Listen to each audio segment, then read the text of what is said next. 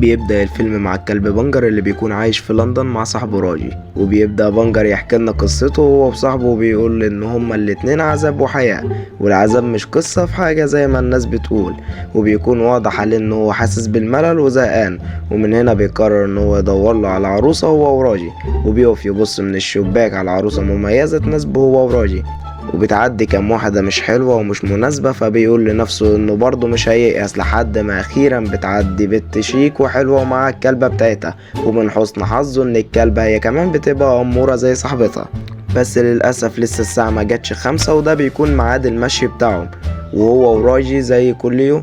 وقتها بتيجي بنجر فكرة لطيفة، وهو إن يحرك عقارب الساعة من مكانها وبيخليها 5، وساعتها راجي بيقول لنفسه إن الوقت سرقه وأكيد الساعة بتاعته مش شغالة. وبالفعل بيخرجوا، بس لما بيدوروا عليهم مش بيلاقي حد، فبيلمحهم بنجر من بعيد وهم ماشيين ناحية الحديقة، فبيخلي راجي يمشي وراهم هم كمان. وأول ما بيوصلوا بيعمل دوشة بصوت عالي عشان يلفت نظر الأمورة، والأمورة دي اللي بيكون اسمها أنيسة. وبعد ثواني أنيسة بتاخد بالها إن في حاجة غلط، فبتاخد الكلبة بتاعتها وبتقوم علشان تمشي. ولما بنجر بيشوفها ماشية مش بيديها فرصة، وبيقرر إن هما لازم يشوفوا بعض هي وراجي، وبيجري بسرعة وبيلف الحبل حواليهم هما الاتنين، وبيشد أنيسة من لبسها فبيتقطع لبسها وبيقع في البحيرة هما الاتنين. فبتعيط أنيسة وبتقول له ينفع كده؟ ده اللبس لسه جديد. فبيعتذر منها راجي وبيسأل وبيستغرب مين اللي عمله الكلب النهاردة اللي بيكون مش طبيعي، وبيطلع منديل من جيبه وبيديها المنديل وهو مبلول علشان تنشف نفسها. فبيضحكوا هما الاتنين وبيقعوا الحب. أخيرا في المشهد اللي بعده بنشوف هما الاتنين بيتجوزوا، وكمان بنجر بيتجوز الكلبة بهيرة، وبيعيشوا مع بعض في حب وسعادة وهنا. وبعد مرور 3 شهور بالظبط بنعرف ان بهيرة حامل في الشهر الرابع، وفاضل لها كام اسبوع وتولد. وبتقول لبنجر ان بعد 3 اسابيع اولادهم هيوصلوا بالسلامة وهتملاله عيال منقطين شبهه. واثناء الكلام بتوصل الشرير رويلا، واللي بتكون صاحبة انيسة من ايام الثانوي، فبتخاف منها بهيرة وبتستخبى. وبيقول راجي انها فعلا شريرة وشبه الشيطان، وبيستغل هي ازاي تبقى صاحبة انيسة، فبتزعل منه انيسة. ولما بتدخل راويلا اول حاجة بتسأل عليها هما الكلاب الصغيرين، فبتقول لها انيسة ان بهيرة لسه ما ولدتش، وبتسأل هو الجاكيت اللي عليها ده من الفرو ولا لا. فبتخلوش عليها رويلا بالكلام وبتقول لها فرو طبيعي، وقبل ما تمشي بتأكد عليها تبلغها لما بهيرة تولد، وده عشان تيجي تزورها عشان هي بتحب الحيوانات الصغيرة. وبعد ما بتمشي بينزل راجي وهو بيغني وبيقول رويلا تشوفها تقول غوريلا، وبيرقص هو وانيسة وبيقضوا وقت رومانسي مع بعض. اما بنجر فبيقرب من بهيرة وبيلاقيها بتعيط عشان رويلا هتاخد اولادهم وتصنع منهم جاكيت زي اللي هي عاملاه عليها. فبيطلع لها ان هو هيقول لها مستحيل يحصل غير على جثته. وفي الليل عاصفة مومت كلها رعد وبرق من شهر اكتوبر. للأسف بتولد بهيرة وبتساعد أنيسة وخادمها ناني، وطول الوقت بنجر كان قاعد متوتر ومنتظر خروجهم بفارغ الصبر، وده عشان يطمن على مراته وأولاده اللي بيكون نفسه يشوفهم. وبعد مرور ساعة بتخرج ناني وبتاخد حاجة وبترجع تاني، وبتفضل داخلة طالعة كل شوية لحد ما بتقول لهم أخيرا ولدت بالسلامة. فبيسألها راجي وبيقول لها كام، فبتقول له 8، وبعد ثواني قالت له لا دول 10. وكل شوية العدد بيزيد لحد ما بيوصل له ل15 كلب. فبنجر بيفرح جدا وبيسأله راجي وبيقول له عملتها ازاي دي، لكن للأسف بعد شوية بتخرج ناني وهي بتعيط وبتبلغهم ان في كلب واحد مات وبتديه الراجي. فبيمسكوا راجي وبيقول له ما تزعلش، اهم حاجة الباقيين. وقتها وهو بيكلمه بياخد باله ان الكلب بيتحرك، فبسرعة بيعمل له انعاش لقلبه وبينعش قلبه قبل ما يموت، والكل بيفرح جدا وبيقول لهم ان كده بيبقوا 15 كلب. بتفرح في نفس الوقت لما بتسمع انهم 15 كلب وبترفع الغطا علشان تشوفهم، فبتقرف منهم وبتقول لهم ان شكلهم زي الفئران. فبتتضايق ناني وبتقول لها بكرة لما يكبروا النقط السوداء هتبان عليهم، وبتأكد لها أنيسة الكلام ده وبتقول لها كلها 3 أسابيع وهتظهر عليهم النقط. فبتقول لها خلاص جهزيهم علشان هاخدهم لأن عارفة انكم مش هتقدروا على أكلهم. فبتطلع شيك، بس أنيسة بتكون خايفة على مشاعر بهيرة وبتقول ان قلبها هيتكسر ومش هتقدر تتحمل الصدمة. ومرة واحدة الراجل بيقف وبيكلمها وهو خايف وبيقول لها احنا مش هنبيع ولا كلب فيهم، وبيقول لها ده آخر قرار عندي. فرويلا بتقول لأنيسة ايه اللي جوزك بيقوله ده، فبتقول لها زي ما سمعتي. فرولا بتقول لها بكرة هتندموا وهتدفعوا التمن غالي قوي، لان من دلوقتي بعلن الحرب عليكم. وبعدها بتمشي وبيجري وراها بنجر وبيفضل يهوى عليها، وواضح كده ان هو بيشتمها. وبيروح بسرعة يطمن على بهيرة، وبيعرف ان راجي طرد الشريرة من البيت ورفض يبيع لها اولادهم، وهي كده اكيد مش هترجع تاني.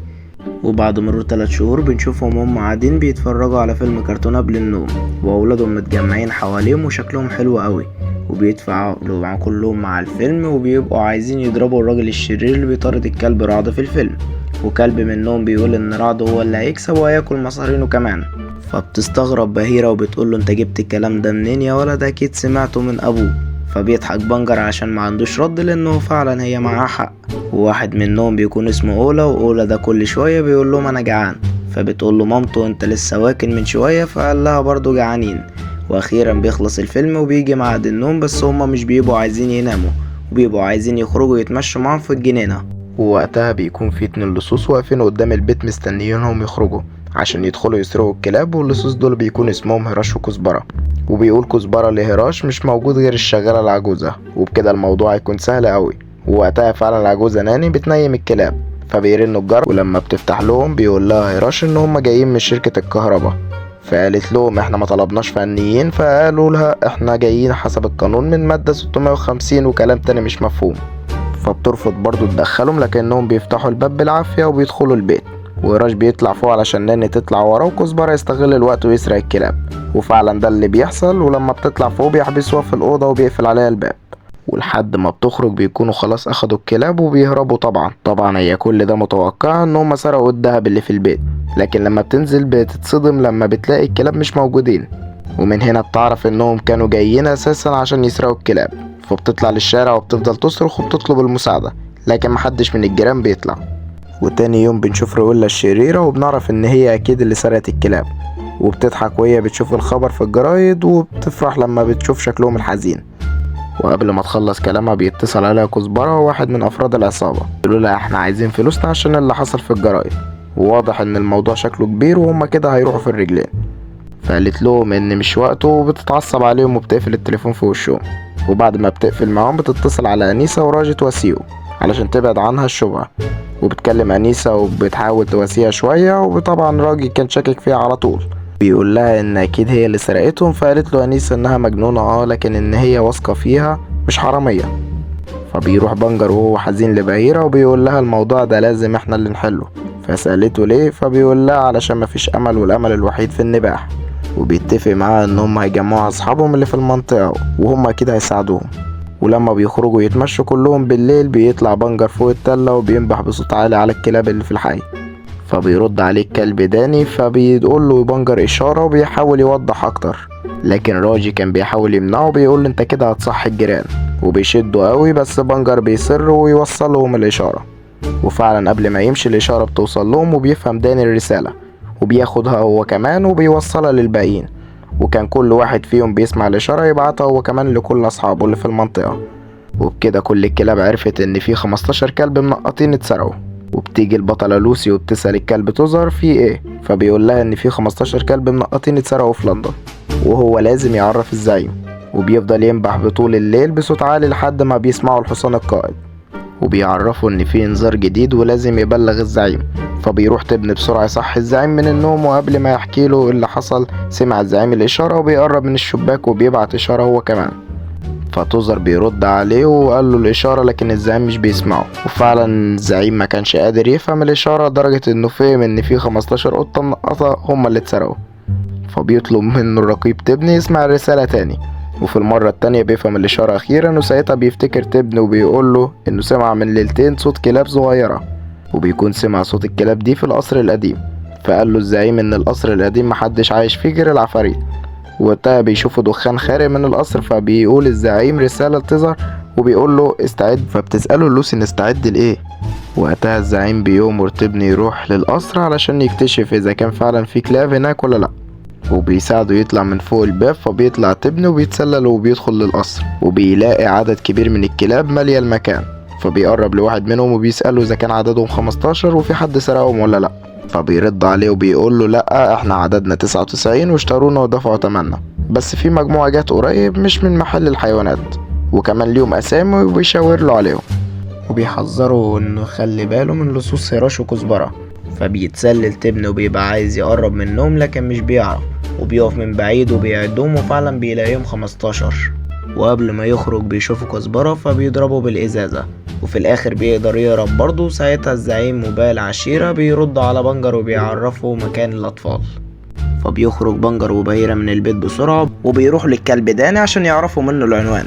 فبيقول لهم داني ان هم في الشمال والافضل يسافروا النهارده، وبيمشي معاهم لحد الشارع الرئيسي عشان يدلهم على الطريق. وبينطلقوا هم التلاتة، ولما بيقول لهم لما توصلوا هناك يتصلوا بالزعيم وهو هيوصلهم لمكان قصر درافل. ولما بيعرفوا انهم في قصر رافل وقتها بيتأكد ان رويلا هي فعلا اللي سرقتهم، وبيجروا بسرعة وبيقولوا مفيش وقت. وبيقول لهم داني لو واجهتهم اي مشكلة يتصلوا على مركز الهواء. وبيجروا بكل سرعتهم في الطريق وبيعدوا من وسط جليد وبحيرة، وبيتعب جدا بنجر وطول الليل بيفضل الزعيم واقف مستنيهم.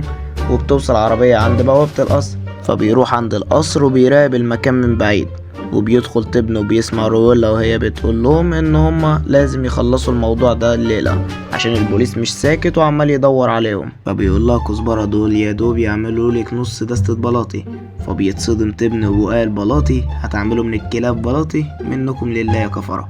وقبل ما يخرج بتضربه وبتتأكد عليهم يخلصوا من الموضوع ده النهاردة، وإلا هي اللي هتبلغ عنهم البوليس.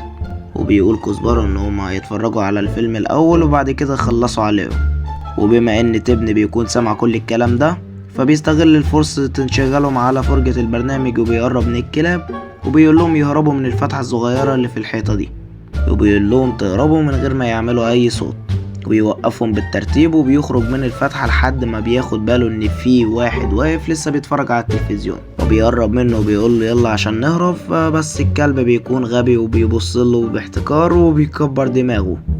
ومن حسن حظه بيشيلوا كزبرة وبيبعدوا عنهم. فبياخدوا تبن وبيخرج، بس للأسف الكلب أولا مش بيكون عارف يخرج، فبيساعدوا تبن وبيفضل يحاول لحد ما بيخرج قبل ما يخلص البرنامج. وبيستعدوا للقضاء عليهم، ولما بيبصوا وراهم مش بيلاقوا اي حد فيهم، ودي بتكون كارثة لان اكيد رولا هتقتلهم. وبيطلعوا يدوروا عليهم بيلاقوا الكلب اولا لسه طالع على السلم. فبيطلع وراهم لحد ما بيلاقوا القطة تبن، وبيقول هراش القطة دي هنا معاهم يظهر عليها ان هي الرئيسة بتاعتهم. فالكلاب بينزلوا يستخبوا تحت السلم، وبرضو الكلب أولا بيتكشف للمرة التالتة. فبيجروا الكلاب وللأسف بيرجعوا لنفس المكان اللي كانوا محبوسين فيه وبيستعدوا اللصوص لقتلهم. وبنرجع تاني للكلب بنجر وبهيرة وهم لسه في طريقهم ناحية القصر. ولما بيوصلوا عند مفترق الطرق بيبقوا مش عارفين يمشوا في أي طريق فيهم، فبينبح بنجر لحد ما بيسمعوا الزعيم وبيجي يستقبلهم وبياخدهم عند القصر. وهناك بيقتحموا المكان قبل ما اللصوص يقتلوا الأطفال وبيقعدوا يضربوا فيهم. في الوقت ده بيستغل الزعيم الفرصة هو وتبن وبيطلب من تبن يهرب الكلاب، وبيشد بنجر كزبرة من الاستيك فبيقول له لا كله لا الاستيك عشان بيلسع قوي. التاني بيضربوه بقوة وبيبعدوه وبيدخلوه في المدفأة، وبياخدوا أولادهم وبيهربوا بيهم لحد الاسطبل. وفي الاسطبل بيطمن بنجر على أولاده وبيعدهم، فبيتأكد ان هم كلهم موجودين وبخير. بس فجأة ان هو بيتفاجئ عددهم 99، فبيستغرب بنجر وبيبقى مش عارف الكلاب دول مصيرهم ايه، وعلشان كده بيقرر ياخدهم معاه. وبيهربوا من الباب الخلفي، وبعد شوية بيوصل هراش وكزبرة بالعربية وبيدوروا عليهم في الاسطبل، بس مش بيلاقوا اي حاجة. وساعتها تبني بيدي اشارة للقائد اللي هو الحصان، فبيضرب الاول والتاني وبيلزق في الباب الخلفي. وللأسف وقتها بيشوفوه وبيعرفوا طريقهم، وبيفضل الكلاب ماشيين وسط التلج لحد ما بيتعبوا جدا من طول الطريق وشدة التلج والبرد لدرجة ان الاطفال مش بيبقوا حاسين بجسمهم خالص. وقتها بيجي الكلب كولي وبيقول له ان في مزرعة البان قريبة من هنا، وبيقول له ان هم يقدروا يرتاحوا فيها لحد الصبح.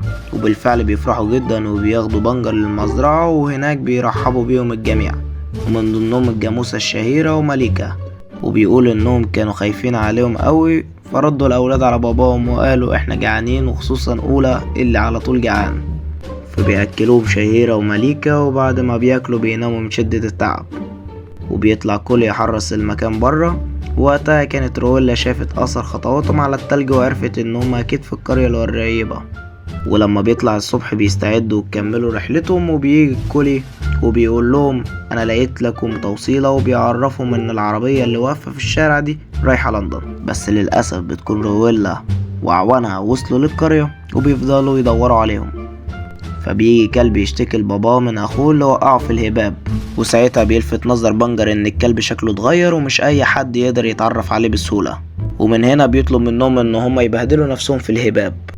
وبياخد 5 ب5 يركبهم في العربية، وبيقول لبهيرة تخلص مكياجها لحد ما بيخرج الأولاد ويركبهم معاه في العربية. وبتيجي رويلا وبتشوفه لكن مش بتعرفهم بسبب اللون. وقتها بنجر وبهيرة بيكونوا خرجوا عدد كبير منهم وركبوهم العربية، واللي كانت على وشك ان هي تتحرك. بس من سوء الحظ الجليد بيمطر عليهم، فبيظهر لون بنجر الحقيقي. وساعتها رويلا بتكتشف الحقيقة وبيقول لهم ان هم هيخبطوا العربية عشان يوقعوهم في الجليد. بس سبحان الله من شرهم، بدل ما يخبطوا عربية بنجر وشهيرة خبطوا عربية رويلا وبيدمروها تماما. وبكده بيخلصوا منها وبيكملوا في رحلتهم. وبنرجع تاني لبيت راجي وأنيسة، وبنشوفهم وهم بيحتفلوا بالعيد لكن مش بيكونوا مبسوطين بسبب غياب بنجر وبهيرة. وبتخرج العجوزة نانو وهي بتبكي وبتقول انها حزينة جدا عشان هما مش موجودين وكل يوم بتسمع صوتهم. ولما بتصحى بتلاقي نفسها بتحلم، وقبل ما بتخلص كلمتها بتسمع صوتهم فعلا وهما بيهوهوا. فبتفتح لهم الباب وبتتفاجئ هي بعدد كبير من قطيع الكلاب، وبيبقوا مستغربين من هما مين لحد ما بتمسك واحد فيهم وبتقول دول هما، بس كلهم هباب. وبيبقوا فرحانين قوي برجوعهم، وبتسأل أنيسة ايه دول كلهم ونعمل فيهم ايه. ولما بتعدهم بتلاقيهم 101 كلب مش 99 زي ما كان فاهم بنجر. فرد راجي وقال لها هنخليهم وهنشتري بيت كبير وهنعمل فيه مزرعة كلاب كبيرة. فبتفرح بالخبر ده لانهم هيعيشوا كلهم مع بعض وبيبقوا كلهم في غاية السعادة. وبس كده يا صديقي يكون خلص النهاردة الملخص. ولو عجبك الملخص ما تنساش تكتب لنا في الكومنتات عجبك ولا لا. ولو في افلام تانية في دماغك ما تنساش برضو تكتب لنا في الكومنتات. ما تنساش تحط لايك وتشترك في القناة وتفعل زر الجرس عشان يوصلك كل جديد. وبس كده انتظرونا في الفيلم الجاي. سلام يا صديقي.